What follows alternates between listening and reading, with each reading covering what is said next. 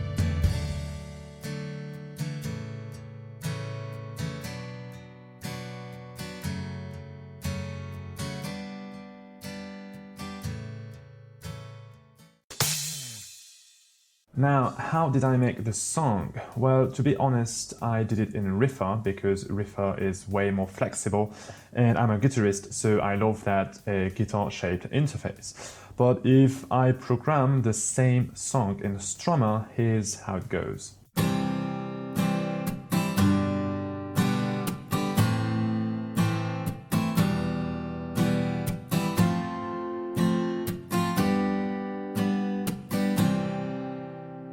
So if we quickly analyze the guitar strumming pattern, it starts with a down bass, you let it ring for 1 beat, and then we play a down treble.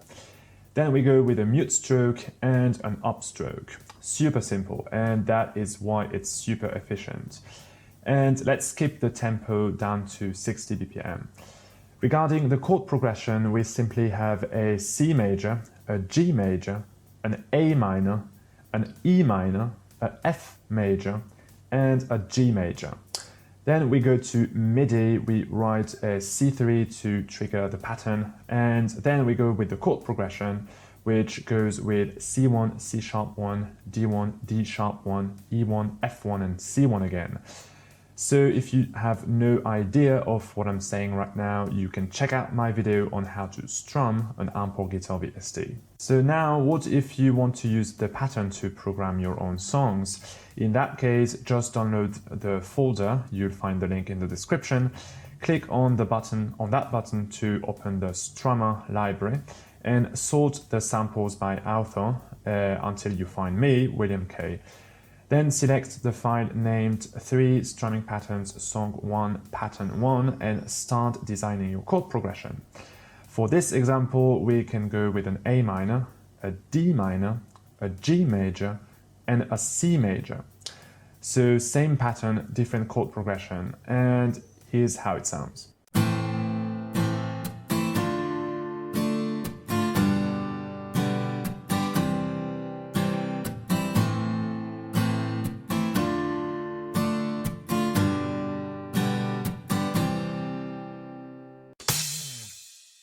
Okay, so that was the simple pattern. Now let's try to make something a bit more complicated.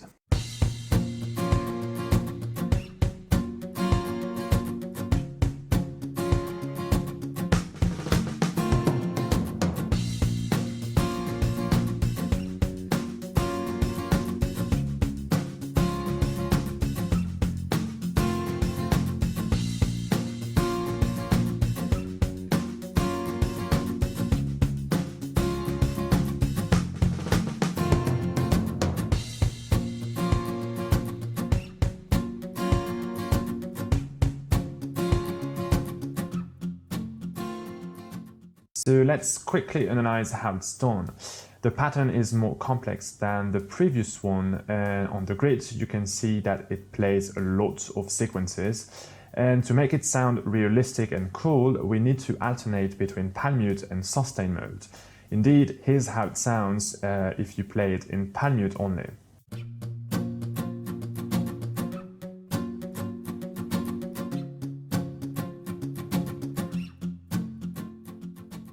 And now here's how it sounds if you play it with sustain mode only.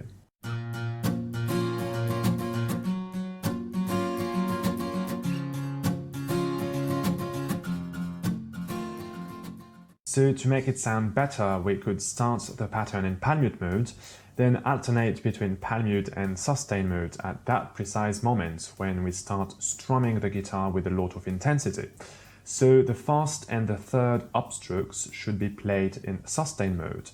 But how do we do that without affecting the playing mode of all the other sequences?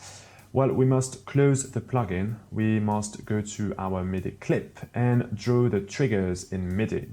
It means that if we want the song to start in palm mute mode, we need to draw a DO at the start of the clip, then draw a CO right before the moment when we want the upstrokes to be played in sustain mode.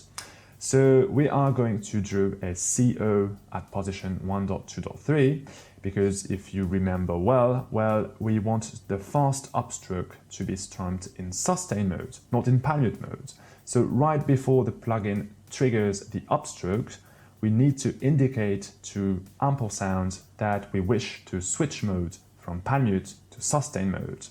And the only way to do that is to draw a CO at position 1.2.3 because the upstroke is triggered at position 1.2.4.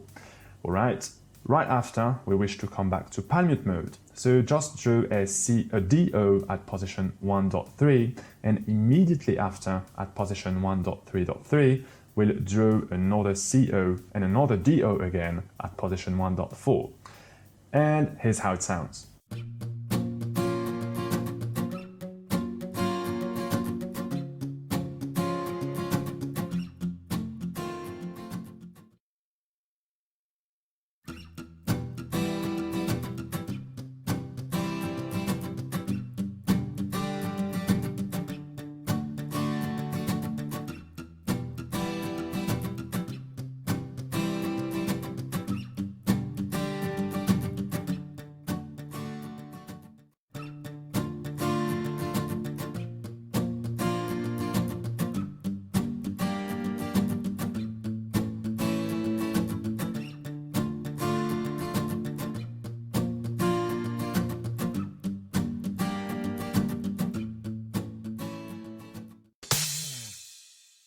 Now let's go back to simplicity and let's try the following.